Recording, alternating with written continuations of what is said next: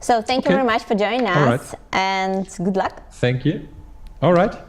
Okay, so I have a little presentation about the top 10 SEO mistakes to avoid that we see in our everyday work. You know, I spend at least an hour a day in our customer success team with clients, working with the software, using the software, and there are some very, very simple things that go wrong all the time. Thank you, Alex, for this wonderful introduction. I think this slide is not useful now. In link audit and link monitoring, of course, mistakes. There is a wide field of things where things can go wrong. I want to focus on link audits and link monitoring and link building here. The rule number 10, or actually, you know, the 10th most used issue here was disavowing. When you disavow, when you make bad links ineffective for Google, you upload something to Google, a file, and then you need Google to crawl that. This can take a while. It can take days, weeks, or month. That was the longest 9 months in total to wait.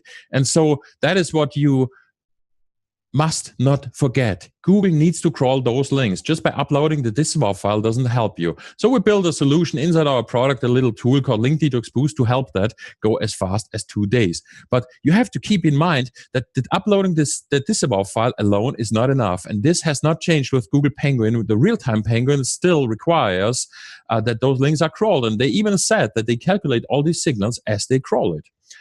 Number 9. You want to disavow all the links regardless of their quality? No, of course you don't want that. But we see companies, we see agencies do that. Sort of a panic attack or something, they disavow way too much. It's not okay if you do just, you know, a few links and hope you get out of a penalty. But if you disavow them all and they get crawled, then you're in trouble. What we really have inside our product, the technology in Link Detox is called Link Detox Risk, to measure the risk, estimate the risk that a link has. So you can slice and dice into the data and basically split it up and see where those bad links, the worst links, are to go after first. You want to go step by step. And, you know, if you have hundreds or millions or hundreds of millions of links, you need a way to tag them and split them up. But more important than, you know, a little tool to help you understand these millions of links is a person who knows what they're doing. And we got a certified professional program. We got an education and certification program called Link Research Tools Certified Professionals that Don, actually speaking after me, is also part of. You want to hire these people to do the work for you if you have no idea, if you've never done that before. You certainly do not want to hire an amateur. Or, as John Doherty recently said in my link building podcast, the cost of hiring an amateur only becomes apparent if you have done that and need to hire the expert to actually clean up the mess that the amateur was responsible for. Number 8, looking at only one slice of your backlink profile. We see this all the time. People have millions of links and then they decide to take a sample of the links to do the link audit. This is wrong. This is a big mistake. It's not a top-level approach. Auditing 500,000 links out of 17 million or 100 million links is not a top-level approach. It's also not a sample. People often confuse this up with statistics, where in statistics, you know, there is this idea that you have a sample and then you can extrapolate from the sample. You know, like in the elections where they said Trump will never win and then he won, or like Brexit, they said it won't come and then it came. This is the idea. The idea, if you would have the perfect sample, you can decide in statistics between A and B. But when we talk about link audits, we don't decide A or B. We have to disavow 10,000s of domains, 100,000s of links, and there is no statistic function that can extrapolate these domain names. And even more so, you cannot extrapolate that part of the web that has the bad links that we need to crawl. So there is no option but crawling as much as possible. There is no thing as significant sample when it comes to link audits. There is no statistics applicable here because we're not talking A, B, or C. We're talking about which domains need to go into the disavow file. Your fix, therefore, is to combine as many as possible backlink sources. And, you know, Google guys like Caspar, the Search Brothers, Philly Wiese, you might know, they recommended this for years. And this is what you do in a link audit. You take whatever you can get, you recrawl all the data, and that is what you want to do. If you do not put together every possible link data source, you might be missing out. Like in this picture, imagine you would have all the bad links in the orange pie and not in the blue pie that the blue slice that you audited. Then you're in trouble because you don't even see those links. So choose a software and a plan that allows you to analyze all your links is obvious. And there are many different link databases, link data sources around that we also integrate with. Link Research Tool specifically has different plans for different sizes. Because webmasters with millions of backlinks often ask the questions, should we really audit all the backlinks? And the simple answer is yes. Number 7, not monitoring the backlink profile after a backlink audit. So we do this once for all. We do a cleanup. We do this once. This is a big idea that many people have. Let's clean up the backlink profile and then move on. The problem with that is this is exactly what people did to get out of penalties. And a good friend of mine now, Ingo, did that in 2013. He got rid of a penalty. He did a full cleanup, but he didn't even, engage in link building. He had this penguin trauma, the penguin shop, never touched links again. So he didn't even look at his links. And that was a problem because suddenly he had new bad links coming to his website. That's possible. Everyone can link to your website with as many bad links as they have. So think about all the negative SEO out there. And Ingo does not sell porn, pills, or casino. This is, a very boring industry that this is happening. Everywhere where you have Amazon affiliates, for example, you run the risk of getting such negative SEO. And that's basically every product. Whatever product you're selling, you run the risk of having some affiliates, for instance, being very aggressive with the spam and jam sites. Your fix. What you want to do is you want to monitor, of course, your backlinks to your domain after the backlink audit. We recommend an ongoing regular link audit, but you certainly want to at least get an idea of what's coming in, right? There is no guarantee that you will have a negative SEO attack at some point, but you certainly pile up in scraper links. You certainly pile up in all kinds of trashy links. And guess what? You need to take care of that as well because Google doesn't. They gave us the Disavow tool to do that. So you want to set up link alerts, which work like Google Alerts just for links. Link building is very popular for about a year now, and some typical link building mistakes is, of course, number 6 here, stop building links after all the recovery. Because of the penguin shock, the penguin trauma. We saw, Ingo was this one example, but we see this on a regular basis where people say, no, we don't want to do anything with links. We're too scared. We don't want to risk a penalty. But the truth is, with real-time Penguin, it got easier to recover. You never stop building links. You never stop doing marketing, right? And if you do great marketing, you get links automatically as well. Great marketing gives you links. Don't think about link building in terms of logging into a platform and then buying, this link like in the shopping cart, like it was 10 years ago. You want to set up proper link building outreach campaigns. If you use a software like PageBox, outreach campaigns where you reach out to hundreds of prospects is possible because they take away the grunt work, the legwork to follow up if they don't respond. This is not a spamming tool to mass email. It has a fancy templating to set up a campaign, to reach out to people, ask people if they read your email, what you would do as a human, except that you don't waste your time with those non-responders. And as soon as someone gets back, well, then you can jump in and have a quality discussion about what you want to do, what you want to move forward, and close that opportunity to a link. Okay, number 5, stuffing the anchor text with commercial keywords. That's a pretty popular one. Commercial keywords, lots of people think commercial keywords are a problem by itself because so many stuffed only commercial keywords in their SEO efforts back then. The truth is, it's great that people link to you with whatever phrase they might come up with, even with the URL, even with an image, even with your brand name. You don't want to stress on the exact anchor text. What's important is you need anchor text with commercial keywords. Whatever you read elsewhere, if you do not have commercial keywords in your anchor texts, you will have a hard time ranking for that.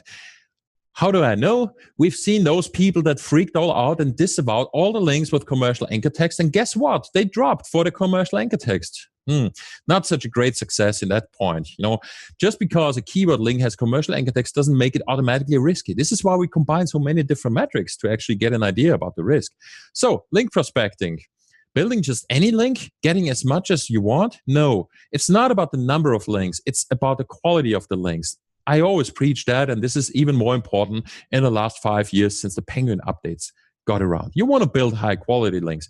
But what are high quality links? How you can check if a link is actually a high quality link? There are different metrics out there.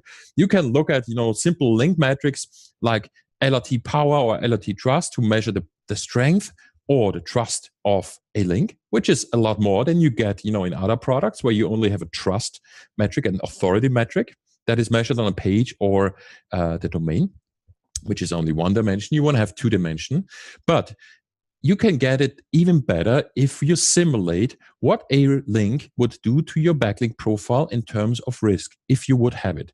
We call it a link opportunity simulation or a link opportunity review. And we got a tool for that where you can basically say, these are the links, 1, 2, 3, 4, 5, that I could get. What would that mean to my risk? What would they do? And you can do that for 5 links or 500 links. And then basically cherry pick those with a high power, high trust, but low risk.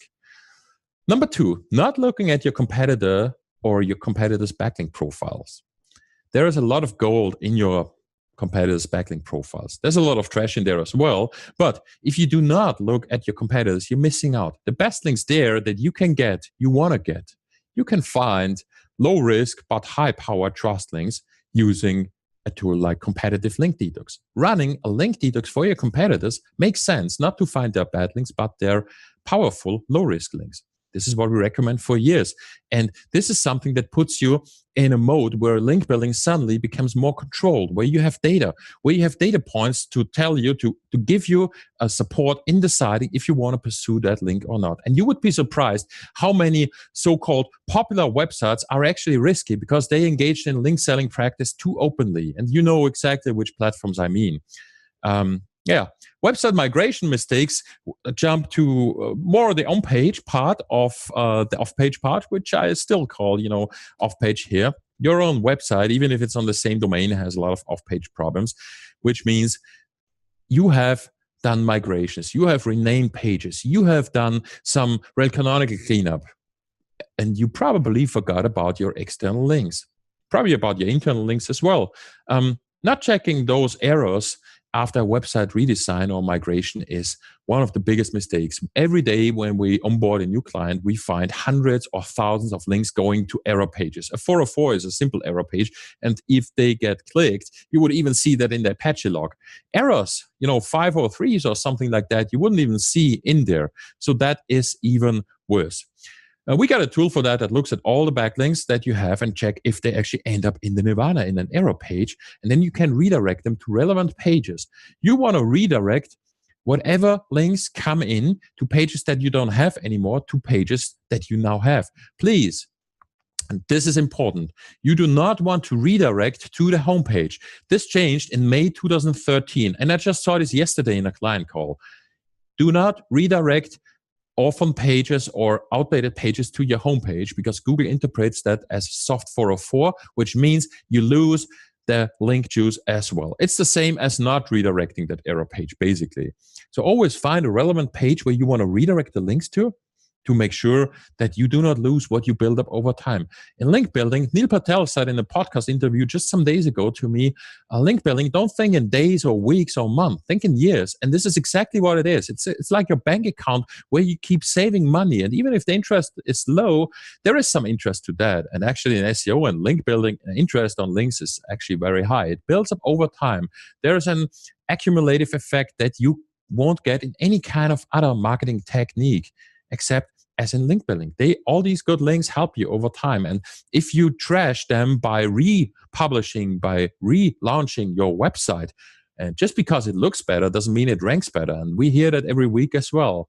Oh, where's my traffic gone? Do I have a penalty? We just find out that they killed thousands of their own links. So this is what you want to fix. This is a super popular mistake. It gets easily forgotten. And this is why we have a tool for that, the website relaunch tool, link juice recovery. And now, this is totally on page because I mentioned relaunch. Quite often, relaunch also has to do with a staging environment, and this equally applies to launch of new websites. And I saw this in an entrepreneur meeting just last week. We just launched our product. Great success. And what I found was a no index on the whole website because that was the default setting in their WordPress, I think. You want to check if you have global robots no index tags or global robots block tags. that is very common on test environments or staging environments. You certainly can make the mistake to roll this out, but please then make sure that you fix it as fast as possible.